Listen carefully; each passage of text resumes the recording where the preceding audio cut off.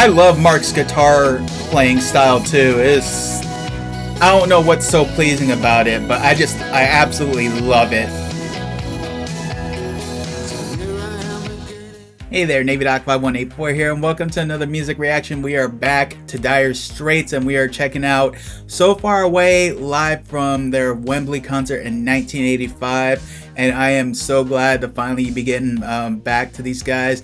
They have been such a treat to react to. I love especially their live sound. It's just amazing how much fun it seems like they're having when they do these performances. And I don't even really know the right word, but the best word I can use to describe it is the musicianship of everybody. Not even just Mark Knopfler, you know, on the guitar or even with his vocals, but everybody. It's just amazing how everybody like has their part to play in these performances to make them so great. So I'm really looking forward to see what this one has to offer. We will go ahead and get started with it. I will leave a link to the original video in the description below. Let's go ahead and get this thing started. Thank you. All right, everybody in. Ready, let's rock it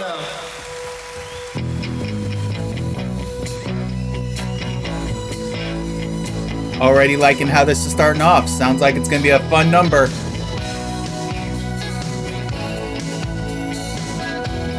I love Mark's guitar playing style too. I don't know what's so pleasing about it, but I absolutely love it.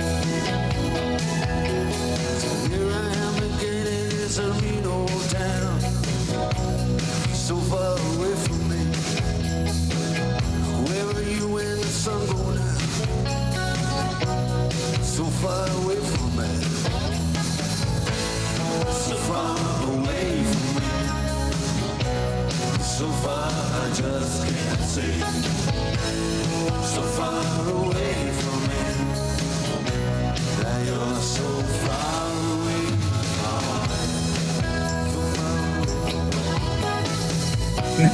Okay, homie. It's all good. You do your thing. You do your thing.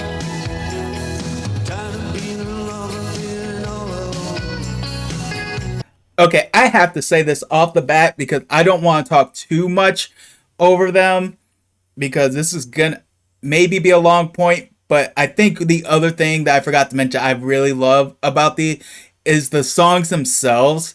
It's amazing how when you hear these songs, it's almost as if he's telling the story, but they're doing it in such a way you can actually visualize everything in your head. Like, I think I really experienced this strongly with his performance of Private Investigations, but when I really look back at it, you almost get that sense with every song they do. It's amazing how they do that.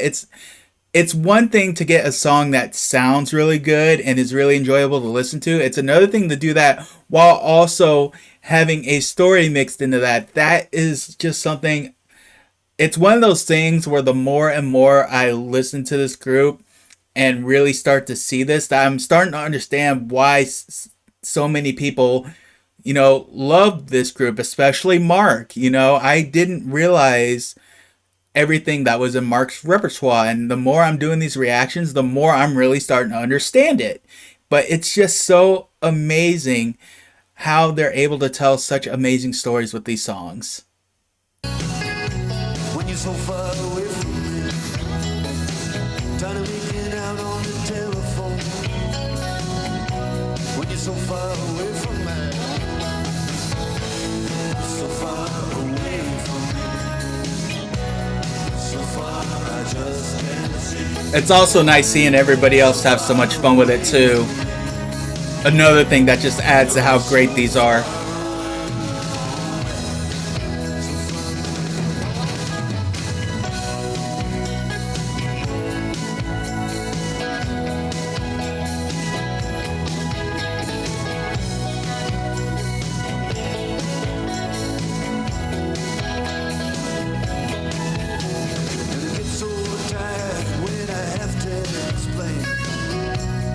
So far away from me, you've been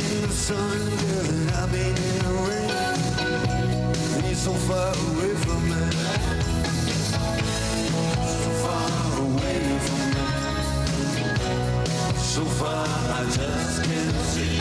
Oh, you're so far away from me. As usual, everything's just absolutely on point. Every aspect of it. Dude.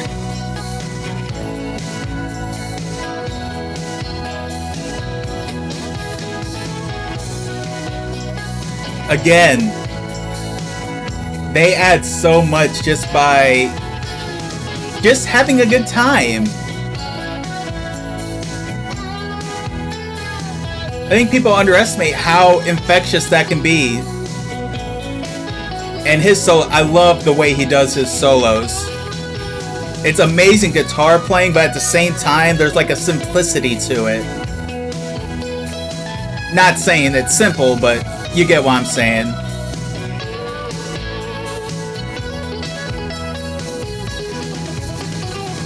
It's very complimentary. That's probably what I'm looking for. It's a very complimentary piece.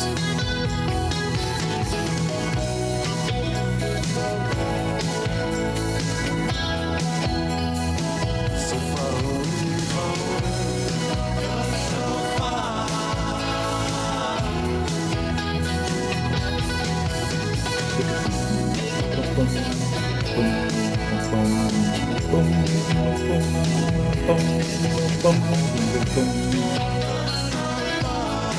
I don't know why. I really love the bass line in this song too. Again, it's just everything is just so complimentary with each other.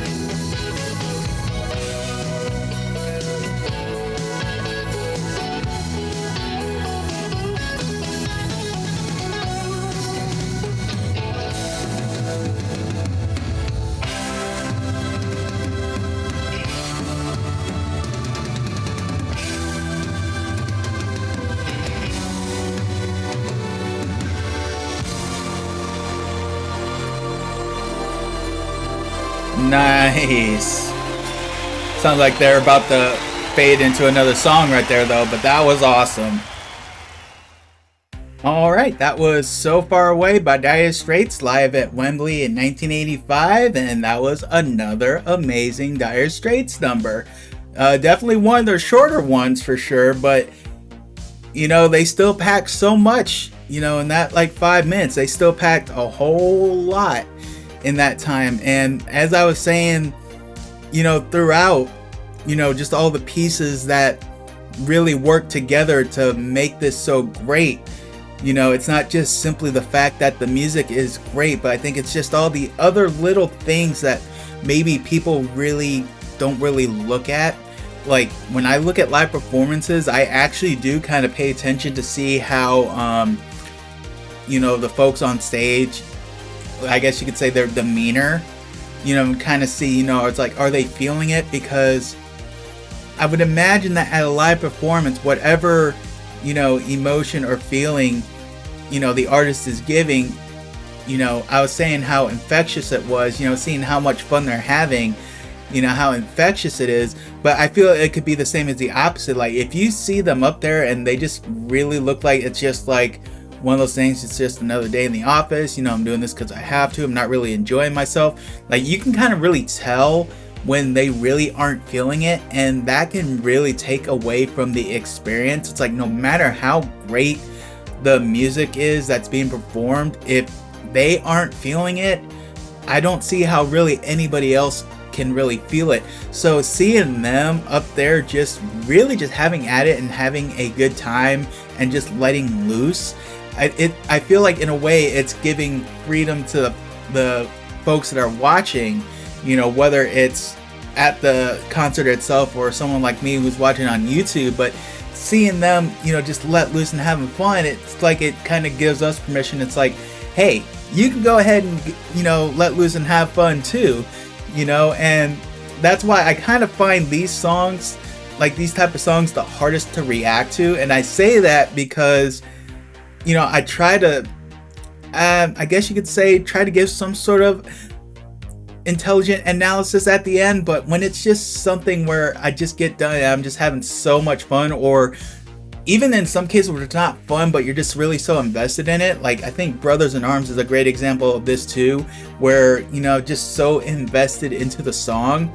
that I really can't give any analysis on there because I was just too wrapped up in the song itself to really give any sort of intelligent analysis. So that's why I say that these are the hardest songs to react to, because really in the end, it's just you guys really just seeing me, you know, being introduced to this for the first time and just really just being in awe of just how great it was. And it's something that I really feel is missing in a lot of today's artists. I'm not saying it's completely absent, but I definitely feel like it's dwindled, because I feel like that it's gotten to the point now, and I'm not even going to really blame the artist, because obviously the artists want to do what's successful, and I think nowadays people care more about the show itself, you know, like how does it look. Like, I could see people, for example, anybody here knows that I am like a Beatles fanboy. Like, the Beatles are all my all-time favorite group. But so let's say I'm just gonna use Paul McCartney as an example, because I know he's actually still touring amazingly. But like, you can go to a Paul McCartney concert, and for me that would be an absolutely great concert because I love all the music, you know. And you know, I've seen some Paul performances and I can tell he's having a good time. But if I take one of his shows and say compare it to someone like, say, Katy Perry or Kendrick Lamar, you know, like, I feel like Paul McCartney is far, far above them in terms of, you know, better music. But I will guarantee you this. I bet you that Katy Perry or Kendrick Lamar, their shows would probably be way more of an experience.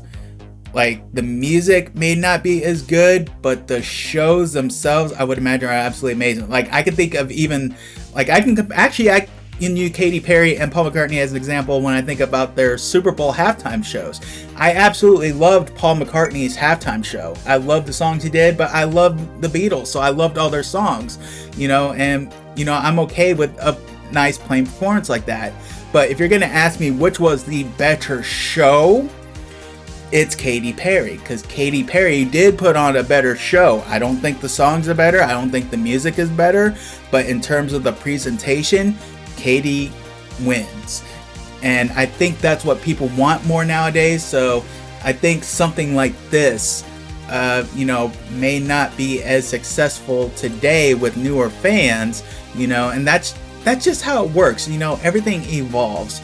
You know, I mean, think about, you know, there's probably people, you know, who look at today's artists and they're like, oh man, why can't we have it back in the days like Led Zeppelin? But then again, you think about that, you know, it's like, oh, why can't we go back to, like, you know, Beatles or Elvis? And then, you know, it's like, oh, you know, it's just, it feels like with every generation, they always feel like their, you know, their music during their generation was always better. It's just a never-ending thing that goes on. So I really don't pay much mind to people like, oh, I wish music was, you know, back in the day the way it was. It's like, it's gotta evolve. I mean, that's just the rule of things. It evolves, you know.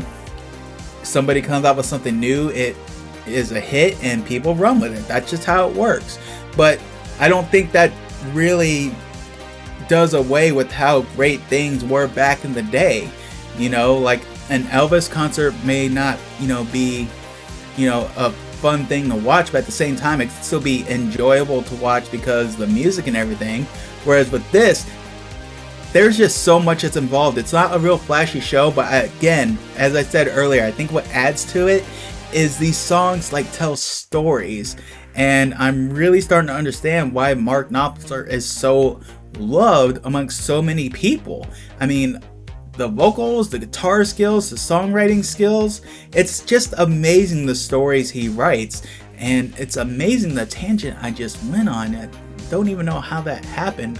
I know it had to do with talking about the concerts, but man, talk about your mind just going off in a completely different direction. I forgot what my original point was going to be, but I guess I'll just leave it at that and just stick with another Dire Straits amazing performance. I can't wait to see the next one.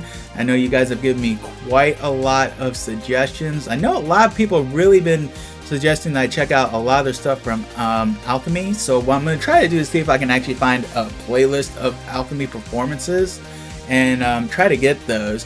One thing I will definitely say is I think I am probably going to focus a lot on live performances, because I don't know, there's just a feel with those live performances that it's just so amazing. So really looking forward to my next one, and I can't wait for you guys to join along with that. But in the meantime, thank you for stopping by on this one, and I hope you all enjoyed it as much as I enjoyed reacting to it. If you did, make sure you hit the like button, and make sure you subscribe to the channel if you have not already, if you'd like to see some more reactions.